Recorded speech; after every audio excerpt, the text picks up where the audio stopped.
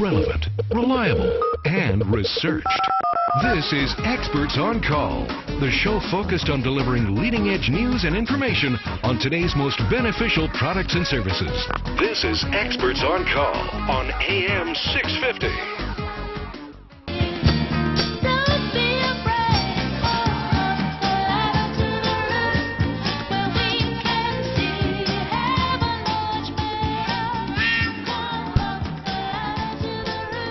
Welcome back to the program. There's Up the Ladder to the Roof. Not my favorite place to be, and that's why here on Quay Pacific's Talk About Strata, we talk to people who don't like ladders anymore and don't want to climb anymore, Tony, and I'm certainly in that crowd.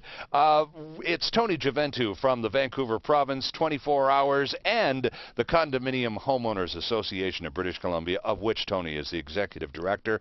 I'm Stirling Fox. We're talking about changes to the Strata Property Act that kicked in about a month or so ago, December 13th to be specific, which will require, over the next 2 years, every strata group or corporation or whatever they're called, Tony, in the province to organize something called a depreciation report. Now, you indicated that some strata corporations have already begun that process. Some of them even have already finished the report. But I think it's a pretty safe bet, given that this legislation is only a few weeks old, that most strata groups across British Columbia are still at the, oh, you mean we have to do this stage? So what do they have to do? I think most strata corporations are at the what do you mean we have to do this stage?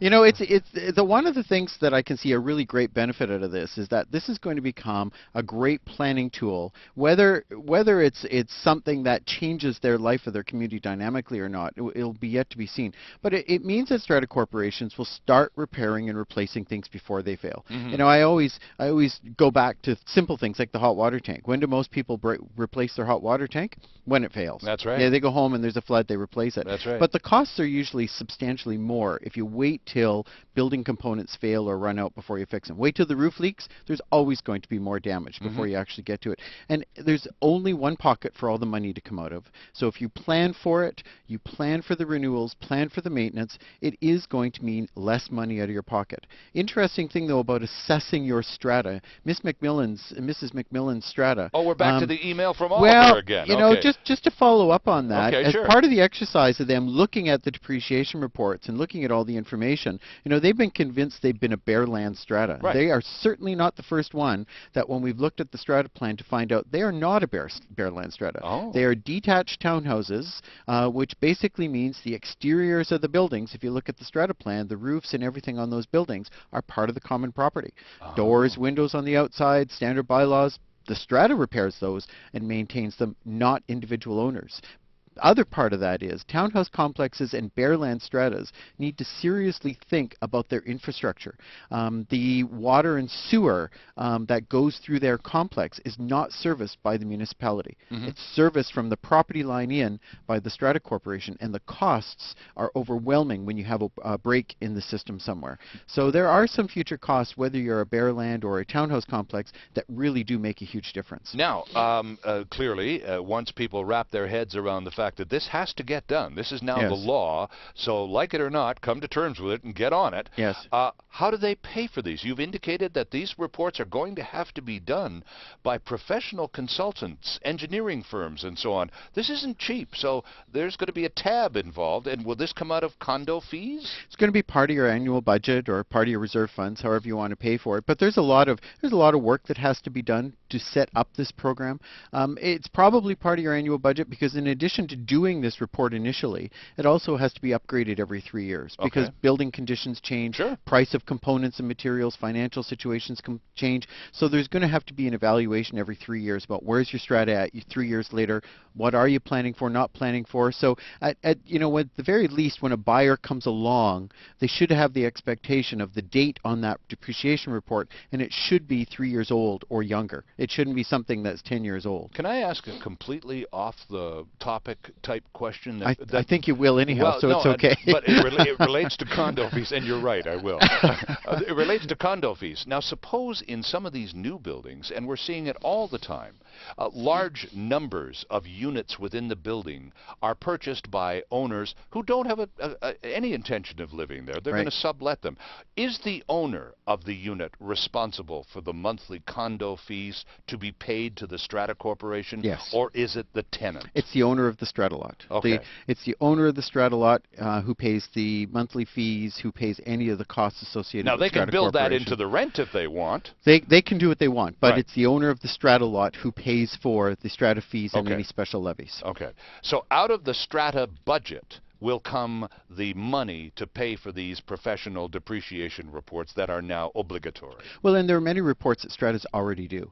They have to have an insurance appraisal to set their values for their insurance quantities of what they're trying to insure for capacity of the property. And they use consulting fees for engineering, for maintenance, repair, and structure of the buildings. They use lawyers with respects to bylaw disputes and collection of strata fees and issues. So there's a lot of consulting fees that already come out of our annual budgets already. Now, what happens if I'm the president of my strata council and I happen to be a professional engineer? Yes. Perhaps retired. Yes. With lots of time on my hand and certainly all the qualifications to conduct one of these reports. Can I do it for, well, next to nothing because I would enjoy the work? One of the conditions of the legislation is that in the report, the person, and that's like the person or the company that you hire, has to disclose their relationship with the Strata Corporation. Oh, okay. So this is not a generic, situation. So you're Bob Smith who lives in the Strata. You're the president, council, retired engineer, and you've agreed with the Strata. You will do the report and all the information. Okay. So the relationship with the Strata Corporation has to be disclosed. However, the conditions of the depreciation report are still the same. So this is essentially saying our Strata wants to do its own report. Okay. Can we do our own report? Provided full disclosure is involved. Provided full disclosure is involved, and provided you meet all the conditions of the report. One of the conditions of the report are the person who's providing the disclosure statement has to disclose, the depreciation report has to disclose whether they have errors and omissions insurance or not. And for the protection of the consumer, this is a very good disclosure requirement. What does that mean, errors and omissions? Professional liability insurance. If I, the consultant who does this report for you, basically give you a defective report or something that has a material error that you're sued for, you have some recourse to come back against me on this. And so it's a question where strata councils really need to think about whether they want to hire someone without any type of liability insurance. Remember, this is not just about we're going to put a plan together to think about how we're saving money for the next 10 years. We're disclosing a document to buyers that they are going to rely upon in making their decision whether to purchase this or not. Suppose at the end of the day, when the report is completed and turned over to the Strata Council for approval and everything's, all the ducks are in a row and it's bang on, it is what it should be, what the law requires. Well, and it reveals that there are some rather glaring deficiencies that are going to need to be addressed financially within the next few years, and the tab is going to be significant. There's going to be some major repairs, and every owner in this strata group is going to have to cough up some big dough. What will that do to the existing strata when you find out suddenly that, oh my gosh, I'm going to be on the hook for some mega bucks here in the next few years? Does that change the way people feel about where they live? Well, I think we'll see the evolution of that through the courts and dispute as it comes up. But certainly you're going to have an unhappy group of strata owners to find that what they were planning for is suddenly seriously wrong. It'd be no different than losing all of your investments all of a sudden to find out you can't retire, to find out that in fact the 12 years we thought we had left to our water and plumbing systems in the building have suddenly turned out that there only is a year left, or that it's actually failed already and we haven't acknowledged it in the report even though we knew about it.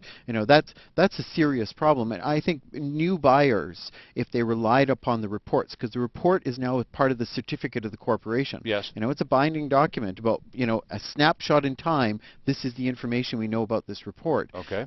If it turns out that there is a a defect that somebody can actually quantify as a loss, they will have some ability to go back after the Strata Corporation for these losses.